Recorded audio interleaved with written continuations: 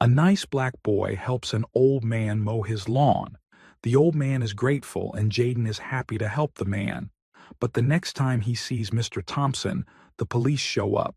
Jaden Parker, a 12-year-old with a restless energy and a wide smile, stood on the porch of his house, squinting at the sunlight. He looked across the street at Mr. Thompson's house, where the elderly man was trying to pick up the morning newspaper that had landed awkwardly on the steps. Mr. Thompson's hands trembled slightly as he bent over, his thin frame looking fragile against the backdrop of his slightly run-down home. "Mom, I'm going to help Mr. Thompson," Jaden called back into the house. He didn't wait for a response. He knew his mother would approve. She always encouraged him to lend a hand where he could. Jaden jogged across the street, his sneakers slapping against the pavement. As he approached, Mr. Thompson straightened up slowly, blinking in the sun as he adjusted his glasses. "Good morning, Mr. Thompson," Jaden greeted, his voice cheerful and full of youthful energy. Mr. Thompson gave a small start, as if surprised that someone was speaking to him. His eyes crinkled into a smile as he recognized Jaden. "Ah, good morning, Jaden. How are you today?" "I'm good, thanks. I saw you with the paper and thought you might need some help," Jaden offered, gesturing to the newspaper that still lay on the step. Mr. Thompson chuckled, a sound like dry leaves rustling. "These old bones aren't what they used to be," he admitted, rubbing his lower back. "Thank you, young man. I appreciate it." Jaden picked up the newspaper and handed it to him. As he did, he glanced around the yard, noticing the overgrown grass and the scattered leaves that had accumulated over the past few weeks. "Your lawn's looking a little wild, Mr. Thompson. Would you like some help with it? I could mow it for you," Jaden suggested, trying to sound casual. Mr. Thompson hesitated, his expression thoughtful. There was a moment of silence as he looked around his yard, then back at Jaden, assessing the boy's sincerity. "Well, if you're offering, I wouldn't say no," he finally said with a nod. "Great.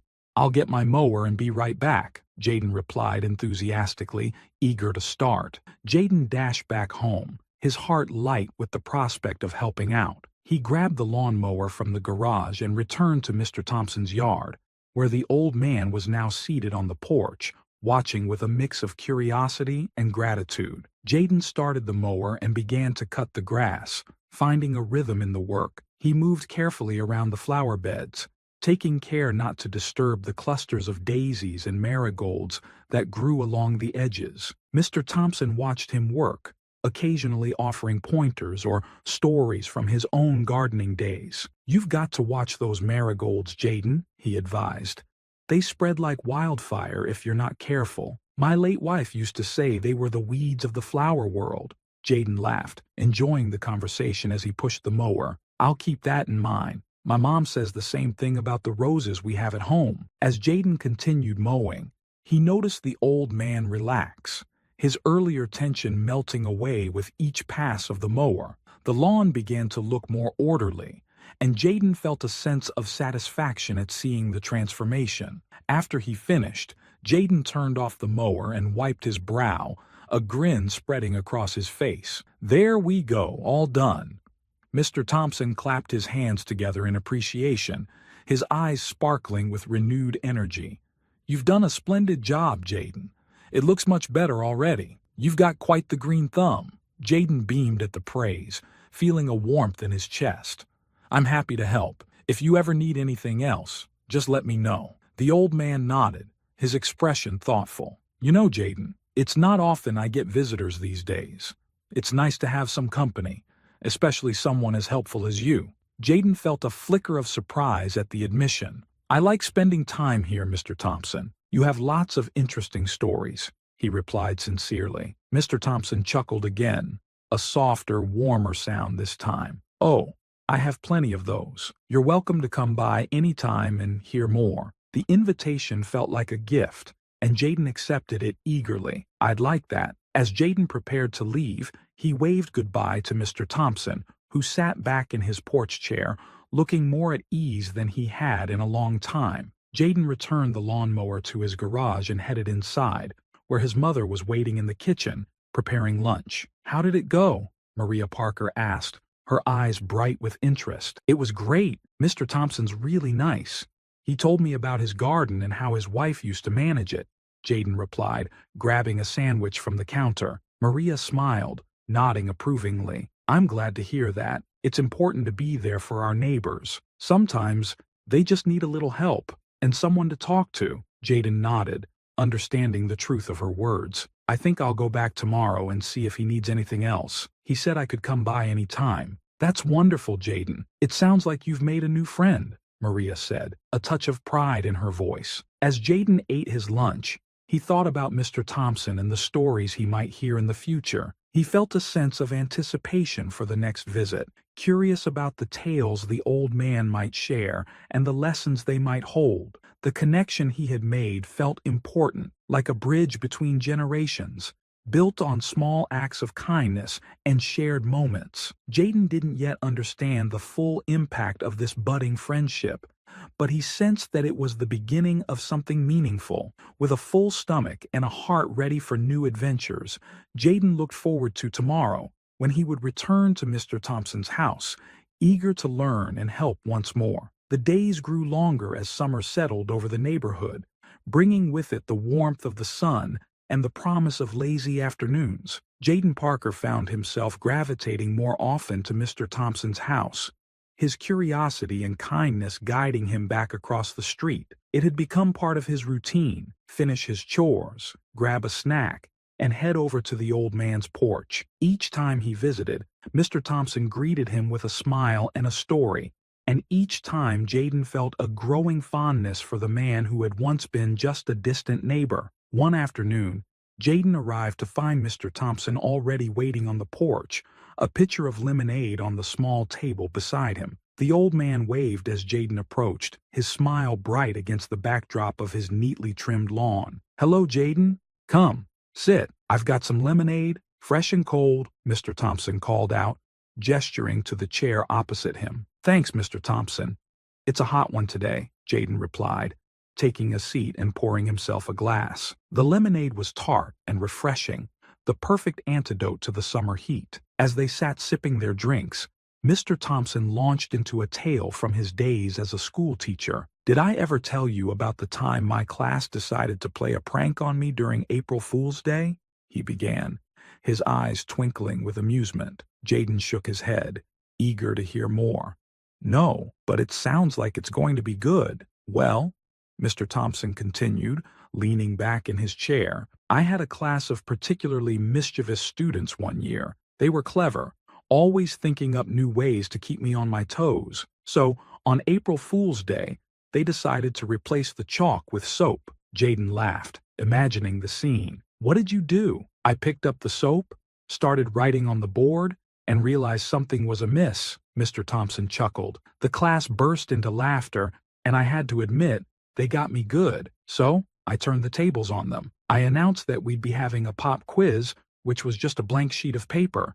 They were in a panic until they realized I was joking." Jaden grinned, appreciating the cleverness of both the prank and Mr. Thompson's response. "I bet they didn't try that again." "Not that year?"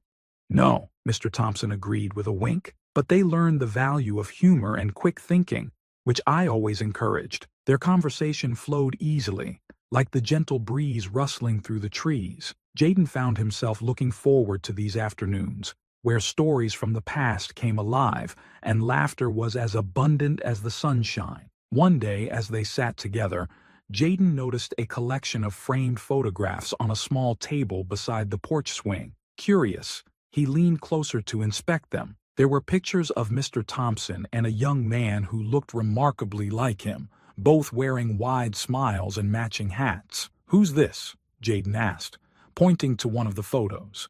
Mr. Thompson's expression softened, and a hint of nostalgia colored his voice. "That's my son, Daniel. These were taken years ago when he was about your age." Jaden could see the pride in Mr. Thompson's eyes as he spoke. "He looks like he was a lot of fun." "He was," Mr. Thompson agreed, a touch of sadness creeping into his smile. "He had a spirit like yours. Always curious, always kind. He loved baseball and playing the guitar. He could make friends with anyone." Jaden sensed the weight behind Mr. Thompson's words and chose his next question carefully. "What happened to him?" "He passed away when he was 20, Mr. Thompson said quietly. his gaze distant as he remembered. A car accident. It was sudden. I'm sorry, Jaden replied softly, feeling the depth of the loss. Mr. Thompson nodded, the lines on his face deepening with the memory. It was a long time ago, but I miss him every day. Having you around reminds me of the good times we had. Jaden felt a surge of empathy and understanding. He realized that his presence was more than just a simple act of kindness. It was a connection to a part of Mr. Thompson's life that still held immense value. I'm glad I can be here, Jaden said sincerely. I really like spending time with you. The two sat in companionable silence for a moment, the unspoken bond between them growing stronger with each shared memory and gentle conversation. Jaden sensed that Mr. Thompson's stories were more than just tales of the past.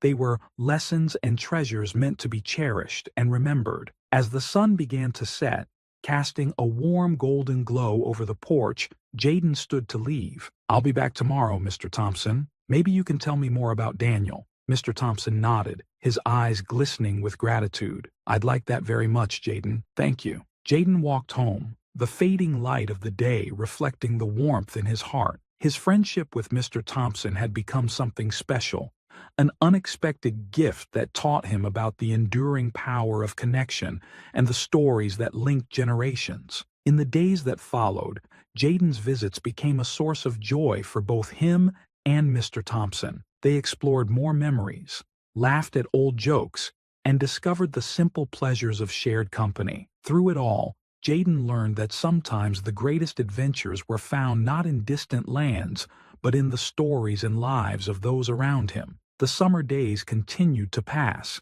each one marked by Jaden's visits to Mr. Thompson's home. With every afternoon spent on the old man's porch, their bond deepened, strengthened by shared stories and laughter. Jaden found himself eagerly looking forward to their time together, which had become a staple in his daily routine. One Saturday afternoon, Jaden decided to surprise Mr. Thompson by mowing the lawn again. The grass had grown quickly after a few rainy days, and Jaden knew the yard could use some attention. As he made his way across the street, he thought about how happy Mr. Thompson would be to see the yard looking neat and tidy. Jaden reached Mr. Thompson's house and found the old man dozing in his chair on the porch, a book resting on his lap. Smiling to himself, Jaden quietly fetched the lawnmower from the shed and got to work. The rhythmic sound of the mower hummed through the air as Jaden skillfully maneuvered it around the flower beds and along the edges of the property.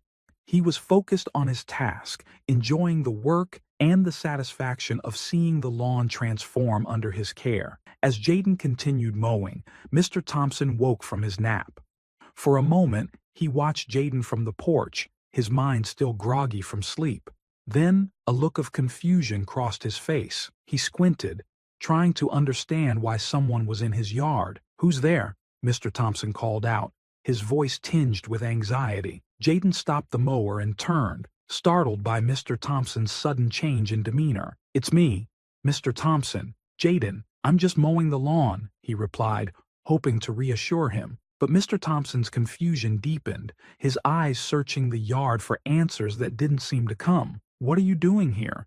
"This is private property," he insisted, his voice rising with uncertainty. Jaden took a step closer, trying to keep his voice calm. "I'm just helping out like before. Remember, you said I could come by any time?" Before Mr. Thompson could respond, a police car pulled up to the curb, lights flashing, but sirens silent. Jaden felt his heart skip a beat as two officers stepped out of the vehicle and approached the yard. One of them was Officer Lewis, a friendly figure known in the neighborhood for his approachable demeanor. "Is everything all right here?"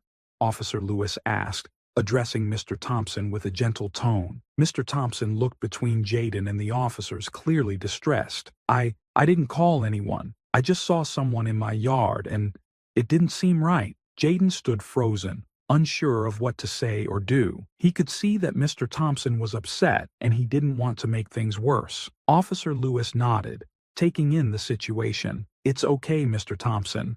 Let's take a moment to sort things out." He turned to Jaden, his expression understanding. "Can you explain what's going on, son?" Jaden swallowed nervously but tried to explain. I was just mowing the lawn for Mr. Thompson.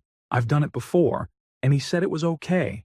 I didn't mean to upset anyone." Officer Lewis glanced at Mr. Thompson, who seemed to be slowly piecing together the situation. "Mr. Thompson, does Jaden help you with your lawn sometimes?" Officer Lewis asked, his voice steady and calm. Mr. Thompson's expression softened slightly, a flicker of recognition in his eyes. Yes, I remember now. Jaden's a good kid. I forget things sometimes." "It's all right, Mr. Thompson. Let's have a seat and talk about it," Officer Lewis suggested, guiding Mr. Thompson back to his chair on the porch. Jaden stood nearby, feeling a mix of relief and concern. He watched as Officer Lewis spoke softly to Mr. Thompson, helping to ease his confusion. The other officer, meanwhile, approached Jaden, offering a reassuring smile. "Sounds like you're just trying to help out, huh?" the officer said, his tone light. Jaden nodded, grateful for the understanding. "I didn't mean to cause any trouble. I just wanted to surprise Mr. Thompson by mowing the lawn." "You're doing a good thing," the officer assured him. "Sometimes people just need a little help remembering." After a few moments, Officer Lewis returned to Jaden, his demeanor calm and friendly. "It looks like everything's cleared up. Mr. Thompson appreciates your help, Jaden, but it's important to make sure he remembers and feels comfortable." Jaden nodded, understanding the advice. "I'll make sure to check with him first next time. I don't want him to be upset." Officer Lewis patted Jaden on the shoulder, offering encouragement. "You're doing a great job, Jaden. Keep looking out for him." With the situation resolved, the officers bid goodbye, leaving Jaden and Mr. Thompson on the porch. The tension in the air had dissipated, replaced by a mutual understanding and a sense of relief. Mr. Thompson looked at Jaden, a hint of apology in his eyes. "I'm sorry, Jaden. My memory isn't what it used to be. I didn't mean to cause a fuss." "It's okay, Mr. Thompson. I just want to help," Jaden replied earnestly, his heart still steadying from the scare. The old man nodded, grateful for Jaden's understanding. "You remind me of my son, Jaden, always trying to do right by others. I'm glad you're around." Jaden felt a surge of warmth at the comparison, understanding the depth of Mr. Thompson's words. He realized that this was more than just about mowing the lawn. It was about being there for someone who needed a friend. "Thanks, Mr. Thompson. I'm glad I'm here too," Jaden said, his voice filled with sincerity. As the sun began to dip toward the horizon, casting long shadows over the yard, Jaden sat with Mr. Thompson on the porch. The earlier misunderstanding had brought them closer, reinforcing the importance of their friendship. Jaden knew there would be more challenges ahead, but he was ready to face them, supported by the bond he had built with Mr. Thompson. Together, they would navigate the uncertainties of memory and time, finding comfort in each other's company and the stories they shared. The summer continued to unfold in a tapestry of warm days and long evenings, each one woven with moments shared between Jaden and Mr. Thompson. The misunderstanding with the police had been a turning point, deepening their friendship and strengthening the bond that had formed so naturally between them. With each visit, Jaden noticed small changes in Mr. Thompson. The old man's memory lapses had become more frequent, and there were moments when he seemed lost in thought, struggling to recall details that once came easily. Jaden, however, had learned to navigate these moments with patience and understanding, offering gentle reminders and unwavering support. One afternoon, Jaden arrived at Mr. Thompson's house to find him in the garden, tending to the flowers. The old man was humming a tune, his hands moving deftly among the petals, a testament to years of experience. Jaden watched for a moment, admiring the care with which Mr. Thompson handled each plant. "Hey, Mr. Thompson," Jaden called out, walking over to join him. Mr. Thompson looked up, a smile spreading across his face. "Ah, Jaden, just the person I needed.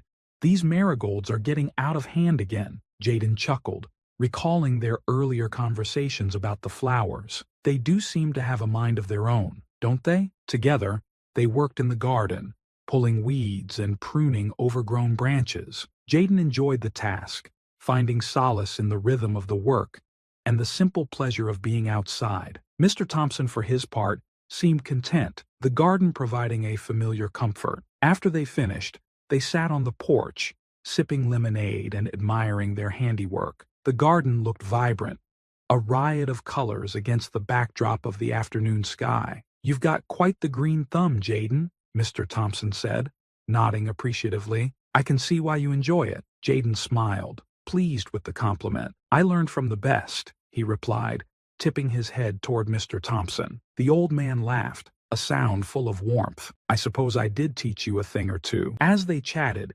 Jaden noticed a distant look in Mr. Thompson's eyes, a sign that his thoughts were drifting. Jaden had come to recognize these moments, knowing they were often accompanied by memories of the past. "Is everything all right, Mr. Thompson?" Jaden asked gently, sensing the old man's distraction. Mr. Thompson nodded slowly, his gaze still distant. "I was just thinking about Daniel. He loved the garden, you know. Always said it was like having a piece of paradise at home." Jaden listened intently, understanding the importance of these memories. "He sounds like he was a lot like you." Mr. Thompson's expression softened, a mixture of pride and sadness in his eyes. "He was a good boy, Jaden, much like you, always eager to learn, always ready to lend a hand." The mention of Daniel had become a recurring theme in their conversations, a thread that connected Mr. Thompson's past to the present. Jaden had grown to appreciate these stories, each one a glimpse into the life of a young man he would never meet, but felt he knew through Mr. Thompson's eyes. As they sat in comfortable silence, Jaden contemplated the changes he had noticed in Mr. Thompson. He understood that the old man's memory was fading, the early onset dementia gradually erasing pieces of his past. Yet, despite the challenges, Mr. Thompson remained resilient, determined to live fully in the moments they shared. "Mr. Thompson, do you think we could write some of these stories down?" Jaden suggested, an idea forming in his mind, "like a book, with all the memories you've shared." Mr. Thompson considered the proposal, his eyes lighting up with interest. "That's a wonderful idea, Jaden. I'd like that very much." Jaden felt a surge of excitement, imagining the possibilities. They could create something tangible, a testament to the stories that had shaped Mr. Thompson's life and the friendship they had built together. "Great, we can start tomorrow," Jaden said eagerly, already planning the next steps. "I'll bring a notebook, and you can tell me everything you remember." Mr. Thompson nodded, a smile spreading across his face. "I'd like that, Jaden. It'll be good to have something to pass on, a way to remember the good times." With the decision made, Jaden felt a sense of purpose and anticipation. The project would be more than just a collection of stories. It would be a way to honor Mr. Thompson's life and the memories that defined it. As the sun dipped lower in the sky, casting a warm glow over the yard, Jaden bid goodbye to Mr. Thompson, promising to return the next day with his notebook and a pen. The prospect of capturing Mr. Thompson's stories filled him with a sense of excitement and responsibility, a chance to preserve the legacy of a man who had become more than just a neighbor. The following day, Jaden arrived with his supplies, ready to begin their project. He found Mr. Thompson waiting on the porch, a twinkle of enthusiasm in his eyes. Together, they settled into their routine, with Jaden listening intently and jotting down the tales that unfolded. As they worked, Jaden marveled at the richness of Mr. Thompson's experiences, each story a vivid portrait of a life well lived. He learned about the adventures of Mr. Thompson's youth, the challenges he had faced, and the joys that had colored his days. Through it all, Jaden felt a deepening appreciation for the connection they shared, the friendship that had grown from a simple act of kindness into something enduring and profound. In Mr. Thompson, Jaden had found not just a mentor, but a friend, a testament to the power of stories and the bonds that unite us across generations. With each page they filled, Jaden knew they were creating something special, a tribute to the memories that defined Mr. Thompson's life and the friendship that had brought them together. The project was more than just words on a page. It was a celebration of life, a reminder of the enduring impact of kindness and the stories we carry in our hearts. The summer days slipped by, each one filled with stories, laughter, and the occasional challenge. Jaden and Mr. Thompson continued to work on their project, transforming the old man's memories into a collection of stories that were both personal and universal. With every afternoon spent on the porch, Jaden felt his understanding of Mr. Thompson deepen, along with his appreciation for the simple, enduring power of friendship. One particular morning, Jaden woke up to the sound of birds chirping outside his window. The sky was clear, and the sun was already warming the world outside. He had promised Mr. Thompson they would finish compiling the stories today, and he was eager to make it a special occasion. After breakfast, Jaden packed a small picnic basket with sandwiches, cookies, and a thermos of lemonade. He felt a thrill of anticipation as he crossed the street to Mr. Thompson's house, the notebook tucked securely under his arm. When Jaden reached the porch, he found Mr. Thompson already waiting, his face lighting up as Jaden approached. "Good morning, Jaden. What have you got there?" "I thought we could have a little picnic while we work," Jaden replied, setting the basket down on the table. "It's a perfect day for it." Mr. Thompson chuckled, clearly pleased with the idea. "You always know how to make things special." They settled into their chairs, the gentle rustle of leaves and the distant hum of cicadas providing a soothing backdrop. As they nibbled on their sandwiches, Jaden flipped through the notebook, which was now filled with pages of stories and memories, each one a piece of Mr. Thompson's life. "Jaden, I can't thank you enough for doing this with me," Mr. Thompson said, his voice warm with gratitude. "These stories mean a lot, and it's a comfort to know they're not lost." "I'm glad I could help," Jaden replied, feeling a sense of pride in their work. "I've learned so much from you, Mr. Thompson. It's been an incredible journey." Mr. Thompson nodded, his eyes glistening with emotion. "I've enjoyed every moment. You've brought back memories I thought were long gone.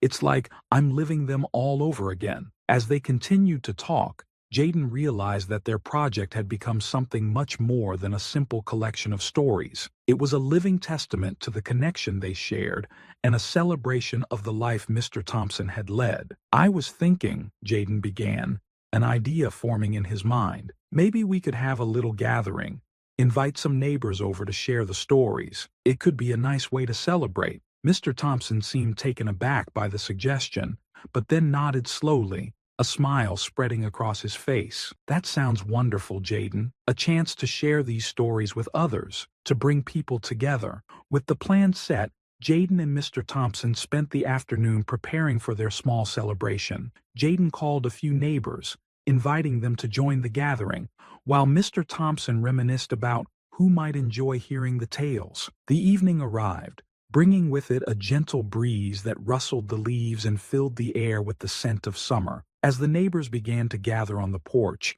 Jaden felt a sense of excitement mixed with nervousness. He hoped the stories would resonate with everyone as much as they had with him. The porch was soon filled with people, a small but lively crowd, all eager to hear Mr. Thompson's stories. Jaden took a deep breath, feeling the weight of the moment as he stood beside Mr. Thompson. "Thank you all for coming," Jaden began, his voice steady with determination. "We've been working on something special, a collection of stories from Mr. Thompson's life. I thought it would be nice to share some of them with you tonight." Mr. Thompson nodded, a look of pride and gratitude on his face. "These are stories from many years ago, but I hope you find something meaningful in them, just as Jaden and I have." As Jaden began to read aloud from the notebook, the porch fell silent, everyone listening intently to the tales that unfolded. There were stories of youthful adventures, humorous mishaps, and heartfelt moments that painted a vivid picture of a life well lived. With each story, Jaden saw how Mr. Thompson's eyes lit up, how the memories seemed to bring him back to the times and places he described. The neighbors, too, were captivated, laughing and nodding along, clearly touched by the story's authenticity and warmth. As the evening wore on, Jaden felt a profound sense of connection and community. The gathering was more than just a celebration of Mr. Thompson's life. It was a testament to the bonds that had formed within the neighborhood, the friendships that had been strengthened through shared stories and experiences. After the last story had been read, the group erupted into applause, the sound mingling with the evening breeze. Mr. Thompson beamed, clearly moved by the reception. "Thank you, everyone," Mr. Thompson said, his voice filled with emotion. "These stories are a part of who I am, and I'm grateful to have had the chance to share them with all of you." and I have Jaden to thank for bringing them to life. Jaden felt a flush of pride at the acknowledgement, grateful for the opportunity to have been a part of something so meaningful. As the gathering began to disperse, with neighbors offering words of appreciation and encouragement, Jaden and Mr. Thompson sat together on the porch, watching the stars emerge in the night sky. "You've given me a great gift, Jaden," Mr. Thompson said softly, his gaze fixed on the stars. "These stories will live on, and so will the memories." Jaden smiled, feeling the truth in Mr. Thompson's words. The project had been more than just a summer pastime. It had been a journey of discovery, a testament to the power of stories and the connections they forge. The sirens flash. Tires grind to a halt on cracked asphalt. Officer Mark Delaney storms toward the driver's window, hand twitching over his holster. Out of the car. "Now!" Inside sits a calm black woman in plain clothes, hands visible, voice steady. "I would like to know why I'm being." Smack. Gas erupt. Phones are already recording. A child cries in the background. Mark towers over her, chest heaving. But then she slowly reaches into her purse and pulls out a badge. Chief Yvonne Gates. Everything stops. Before we continue, I'd love to know, where are you watching from today? Comment below. Mark Delaney had the kind of face people trusted. Square jaw, easy grin. That classic good cop look. But behind the badge, there was a bitterness that had been growing for years. Quiet, stubborn, and sharp. 12 years on the force had carved deep lines into him. He told himself he had seen it all. Too many lies, too many games. He stopped seeing people. He started seeing threats. That morning, inside the precinct, Mark leaned against a break room counter with a styrofoam cup in hand, shaking his head as he scrolled through his phone. Another diversity training memo. He muttered to his partner, Chuck. "We used to get medals. Now we get lectures." Chuck chuckled, not looking up from his sandwich. "Gotta keep up appearances, man. Whole city's watching now." Mark rolled his eyes. "They're hiring kids who've never been on a real beat. They got no idea what this job's like." He tapped the badge pin to his chest like it meant something heavier than just metal. Outside, the city buzzed like it always did. Loud, tense, alive. Somewhere across town, a woman stood behind a podium in a sharply lit press room, shaking hands and smiling through gritted teeth. Her name was Yvonne Gates, the city's new chief of police. She had been sworn in just 5 days earlier, but already the media had crowned her reformer. Her photo ran on every paper. Black, female, calm under fire. The mayor called her a bold new chapter. But behind the cameras, Yvonne was exhausted. Every smile took effort. Every meeting felt like walking a tightrope strung between politics and danger. She had spent 22 years climbing a ladder that was never meant for her to reach the top of. Her name had been whispered in rooms she was not invited into. Every decision she made was dissected, questioned, second-guessed. So she decided to keep a low profile, just for now. That afternoon, Yvonne left City Hall in her own car. No detail, no flashing lights, just her and the road. Her blazer lay folded in the passenger seat. No badge on her belt. She looked like any other woman in traffic, and that was exactly what she wanted. Meanwhile, Mark was restless. He had denied backup on 2 calls already, claiming too many cooks were slowing things down. His supervisor had made a note. Mark did not care. Then came a dispatch. Suspicious vehicle parked on Longfellow and 38th. Driver unresponsive. Description unclear. Mark grabbed the radio. "Unit 217, I got it." He knew that street. He knew that neighborhood. He tightened his grip on the steering wheel as he sped through the yellow light. In his head, he was already building a story, one of noncompliance, resistance, control. By the time he pulled up behind the gray sedan, his mind was made up. Inside the car, Yvonne was checking her GPS. She had taken a wrong turn. Her phone buzzed with a reminder. 5 p.m. debrief with Mayor. She sighed and looked into the rearview mirror, just as flashing lights lit the cabin in red and blue. Mark approached fast.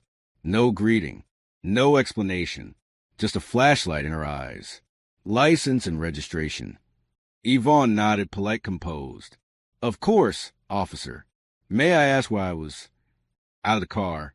Now. She blinked. Her fingers paused over her purse. I would feel more comfortable if you...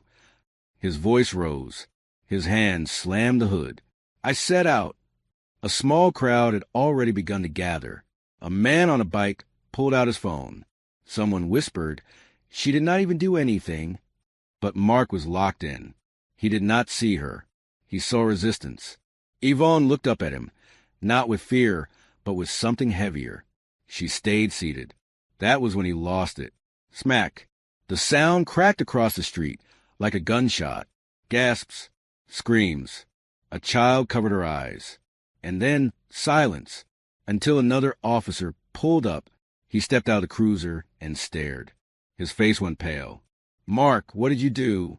Mark turned, chest heaving. She was non-compliant. But the other officer was not listening. His eyes were on Yvonne, who now reached slowly, carefully, into her bag and revealed a silver badge. Chief of Police. Mark's stomach dropped. Every sound blurred. Every breath felt wrong. Because in a single second, everything had changed, and there was no going back.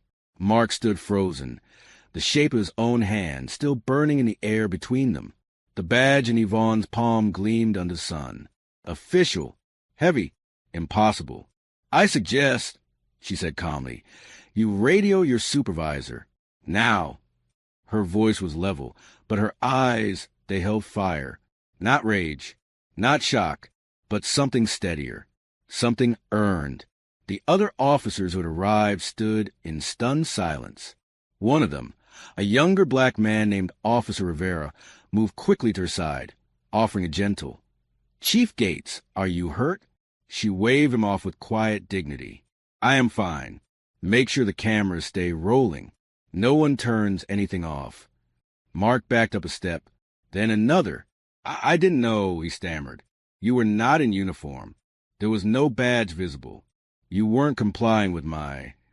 Yvonne rose from the car slowly, standing straight, even as her cheek burned red. And that, she said softly, is exactly the problem. The crowd around them had tripled in size. Phones were out. Voices whispered. A woman nearby was already live streaming. Yo, that cop just slapped the chief. The chief. Mark felt the blood drain from his face. I need to call. Do not move, Rivera ordered, stepping between Mark and his cruiser. Supervisor's on the way. But it was too late. The damage had already been done. Back at the precinct, the air was heavy with something more than tension. It was shame and fear and a fast-spreading fire that no one knew how to put out. Captain Ross arrived at the scene and tried to manage it. But even he could not mask the disbelief. You're telling me? Officer Delaney assaulted the chief of police during a stop? Yes, sir, Rivera replied, jaw tight. He struck her across the face. Ross exhaled like the air had been ripped out of him. Get Delaney off the street. Now! Mark was placed in a squad car and driven back, without a word. His badge and gun were removed before he even made it past the front desk. The press got wind of it within the hour. By sunset, the video had hit 500,000 views. Twitter was on fire. Hashtag slapped the chief trended at number 2. The mayor's office released a one-line statement. We are aware of the incident and conducting a full investigation. But the street spoke louder than any press release. Protesters gathered outside the station that night, holding signs, chanting her name. Chief Gates, we see you. Yvonne sat alone in a quiet office with the lights off, icing her cheek. She had declined a hospital visit, declined a press conference. She did not want pity. She wanted clarity. The hit had surprised her, but the aftermath, that was familiar. She had once been shoved face first into the hood of her mother's car at 17, a broken taillight, a routine stop. The officer never apologized. No one believed her. She never forgot the cold of that metal, or the way her mother cried without making a sound. That day lit the fuse. She had chased justice ever since. Mark sat at home in a dark kitchen, staring at the small flickering TV. News anchors dissected every frame of the footage. Let's freeze a moment. Right here, you can see the officer's hand connect. He turned the volume down. He could not bear it. His wife stood in the doorway behind him, arms crossed. Her eyes were hard. Hurt. You hit a woman, Mark. I thought she was... You hit a woman, she said again, more slowly this time. On camera, in front of our daughter's school. Do you know what that means? He did not answer, because he did. The next morning, Mark tried calling the union rep. No answer. He tried texting Chuck. Nothing. He went online, desperate for some voice, any voice, to back him up. He found pockets of support.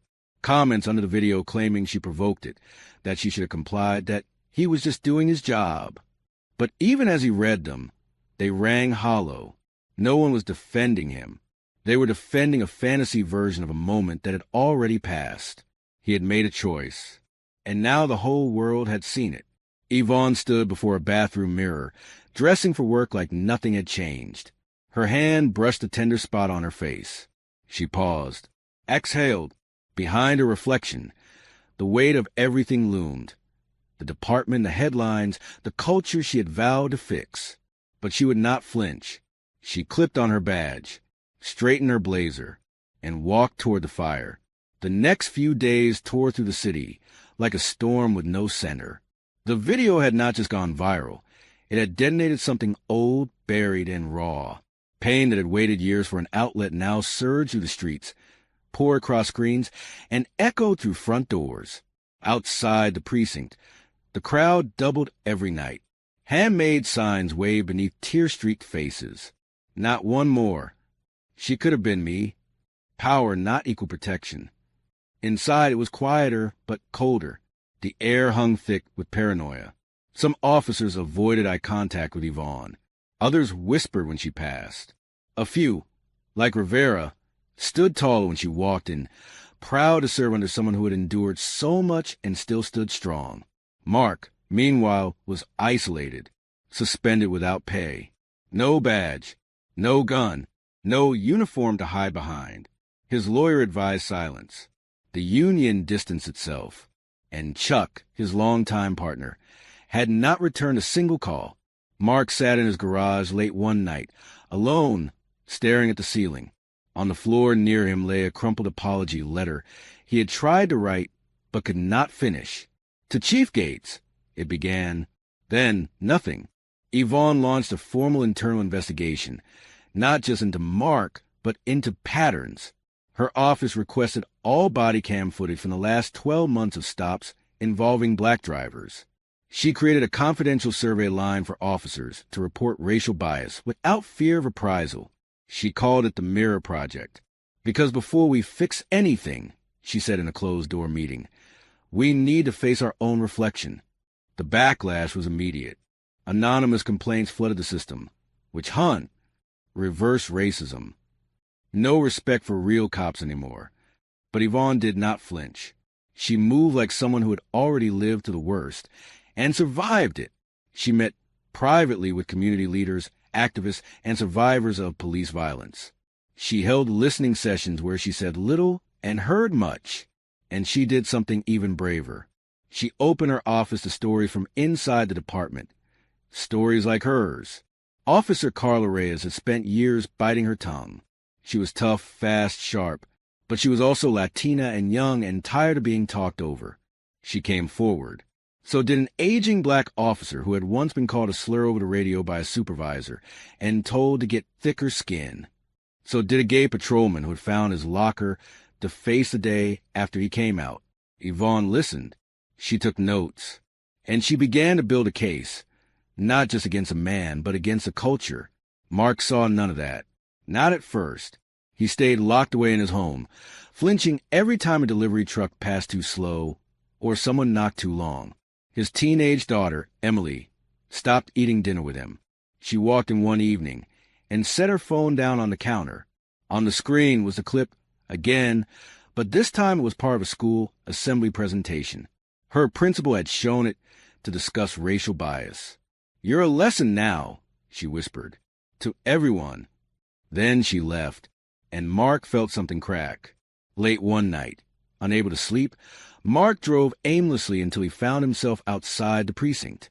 From the shadows, he watched officers coming and going, some with tired eyes, some with cautious smiles. He did not dare get out. He remembered being part of that world. He remembered the first time he put on a uniform and believed he was the good guy. Then his phone buzzed. It was a notification from a private messaging group he used to be part of, officers venting off duty. A new meme had been posted. His face, slapping Yvonne with a crude caption, "Bet she'll comply next time." Mark felt sick, not just from the image, but from the fact that once upon a time he might have laughed. The next morning, Yvonne stood at a podium in the city council chamber, dressed in full uniform.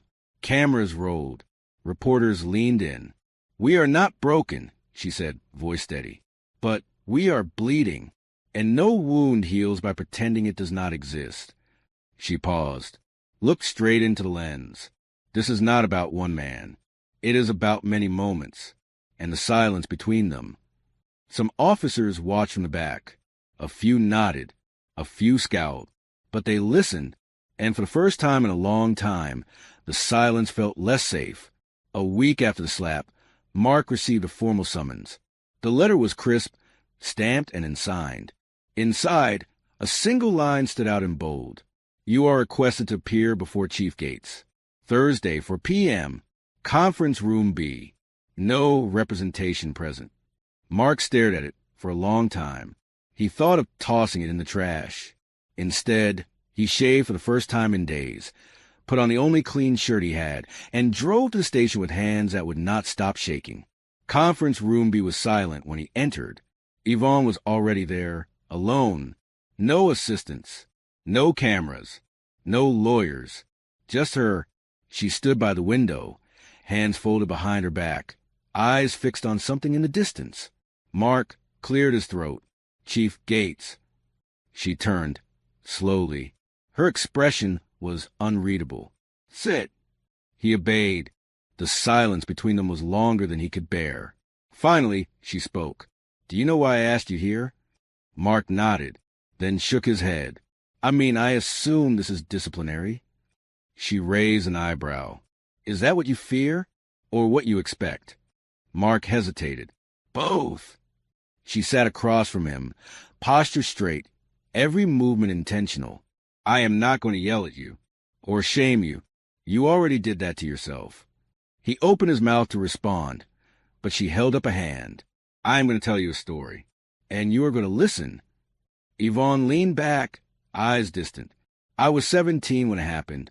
My mom was driving me home from a college prep class. We were 2 blocks from our house when the lights flashed." Her voice slowed. "The officer walked up like he did, hand on his belt, loud.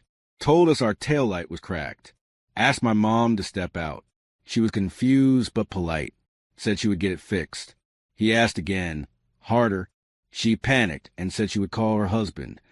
Yvonne's voice caught, just slightly. That was when he reached in and grabbed her.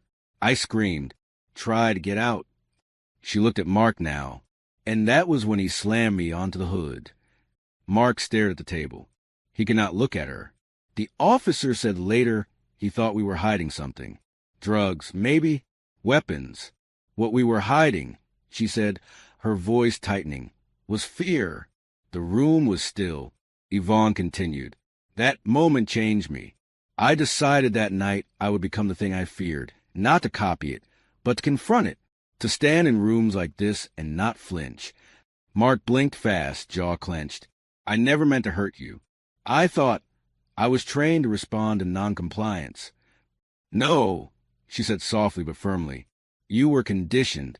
You saw a black woman who did not obey fast enough. And you saw that as defiance, not as caution, not as a person weighing her safety against your temper." He buried his face in his hands.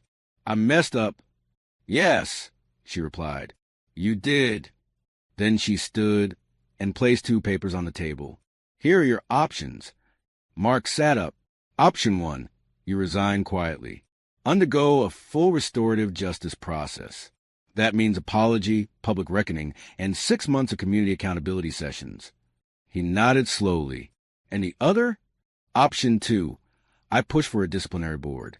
You face criminal battery charges, public hearings, media scrutiny, and you lose your pension. You may even serve time. Mark swallowed hard. He stared at both papers. What would you do? He asked. She paused and leaned in, voice low and steady. I would ask myself who I am when no one is watching. That night, Mark sat in his car outside a small church hall. Inside, a community discussion was being held. Open mic, raw voices, real pain. He did not go in. He just watched. A teenager took the mic and spoke about his brother, who was pulled over and never made it home. A mother followed, describing her panic every time her son left the house after dark. Mark pressed his head to the steering wheel. He had spent years thinking his job was about order. Now, he realized he had never really understood what justice felt like. Back home, he pulled out the apology letter again. To Chief Gates, he wrote. But this time he kept going. To the people I failed to see. To the daughter, who looked at me like a stranger. To the badge I wore without understanding its weight. He signed it with a hand that finally stopped shaking. The auditorium was packed. Folding chairs creaked beneath restless bodies. Cameras clicked like crickets. Reporters scribbled notes. At the front, a stage stood under heavy lights, bright, hot, exposing. It was the city's first public police reform forum since the incident. Chief Gates had promised transparency, accountability, and truth. No one expected what came next. Yvonne stepped up to the podium. She wore her full uniform. Her cheek had healed, but the memory had not faded.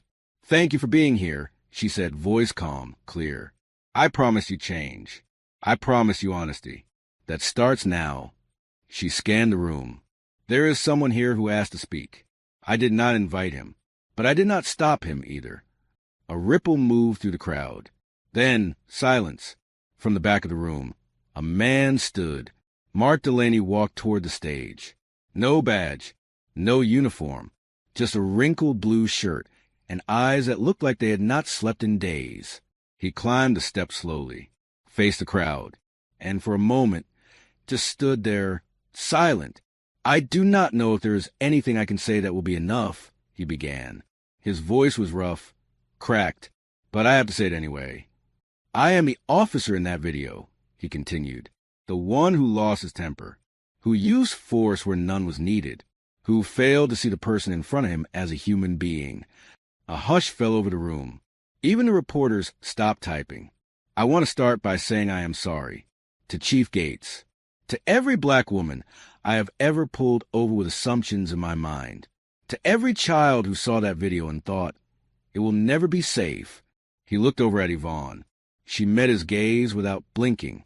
I spent 12 years thinking I was doing the right thing, that I was upholding order, that if someone did not listen, it meant they were wrong. His voice dropped. I never stopped to think why they might be scared. He held up a folded sheet of paper. This is my resignation letter.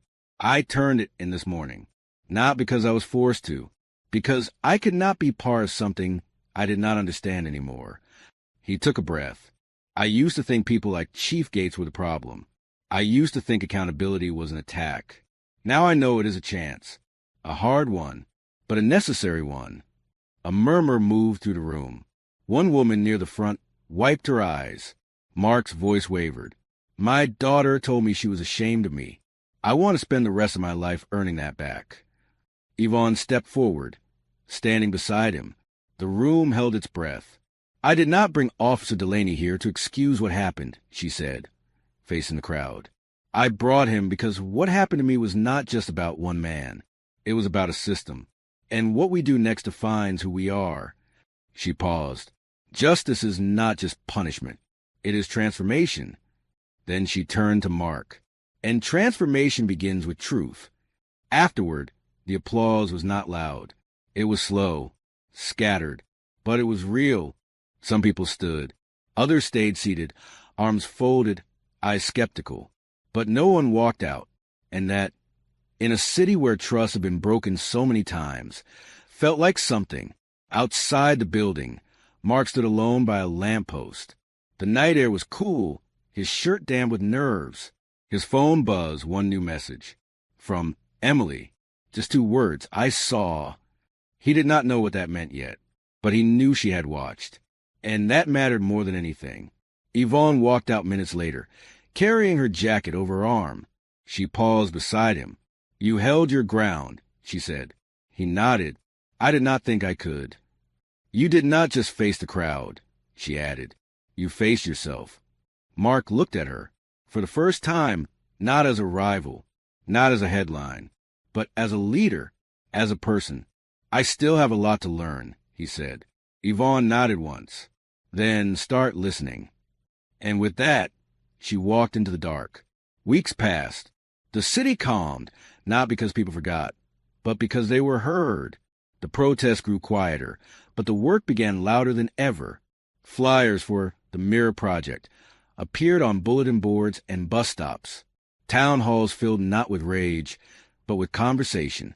And in quiet corners of the precinct, officers who used to roll their eyes at change started staying behind after shift to listen. Mark was no longer a cop, but he was not invisible either. He began showing up every week to a small community center on the east side. No press, no podium, just a circle of plastic chairs and folding tables. His first time there, a teenage boy looked him in the eye and said, I saw what you did. Mark nodded. I know. You were wrong. I know that too. And the boy kept looking at him, hard, but then sat down beside him. That was enough. Mark taught workshops on understanding your rights during traffic stops. But he never stood at the front of the room. He sat with the kids. He answered. He listened. He let them ask anything. And they did. Did you ever lie on a report? Why do y'all always seem scared of us? Would you have it me too? Every question burned, but he answered them all. One girl, maybe 11, said quietly, You could have ruined her life. Mark replied, She saved mine. Back at the precinct, the reforms Chief Gates pushed for were not easy. Some officers quit. Others grumbled under their breath. A few tried to stall progress, claiming this is not what real policing looks like. But little by little, things began to shift. Body cams were no longer optional. De-escalation training was required before officers hit the street. An anonymous oversight board made sure internal complaints were no longer swept under the rug. Yvonne met with officers one-on-one behind closed doors where voices could tremble without shame. She asked them one question. Why did you become a cop? Some had forgotten. She helped them remember. One afternoon, Yvonne visited a local high school. The room was full of black girls, braids, hoodies, notebooks open, eyes sharp. She did not talk about the slap. She talked about power, and how it does not mean control. It means responsibility. Real leadership, she said, is when you protect people who do not even like you, when you listen before you speak, when you keep showing up even after someone tries to silence you. A hand went up in the back. What would you have done if you were not chief? Yvonne smiled gently. I would have kept fighting, just in different shoes. That night, Mark watched her speak on the local news. His daughter sat beside him. She did not say much, but at the end, she leaned her head against his shoulder. It was the first time in weeks, and it was enough to bring tears to his eyes. Soft piano music plays. Slow shots of the city roll across the screen. Morning sun brushing the tops of brick buildings. Police cruisers driving past playgrounds. People crossing streets without flinching. Yvonne's voice narrates. Some people think justice is a loud thing, a gavel slamming, a cell door closing, a headline. But justice, real justice, is quieter than that. It is the moment someone tells the truth when they do not have to. It is a man admitting he was wrong without anyone clapping for him.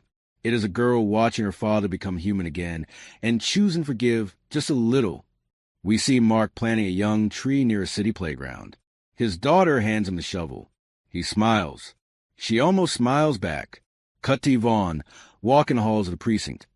Not as a symbol, not as a savior, but as a woman who still carries both steel and scars. She passes a rookie officer nervously adjusting her badge. Yvonne stops, straightens it gently, and walks on. I was told once that power means never showing weakness. But I have learned power means choosing compassion, even when you have the right to destroy. It means standing in front of the thing that tried to break you and refusing to become it. On the street, a protester and an officer bump shoulders by accident. For a beat, they both freeze. Then the protester nods. The officer nods back. Nothing more, but everything shifts.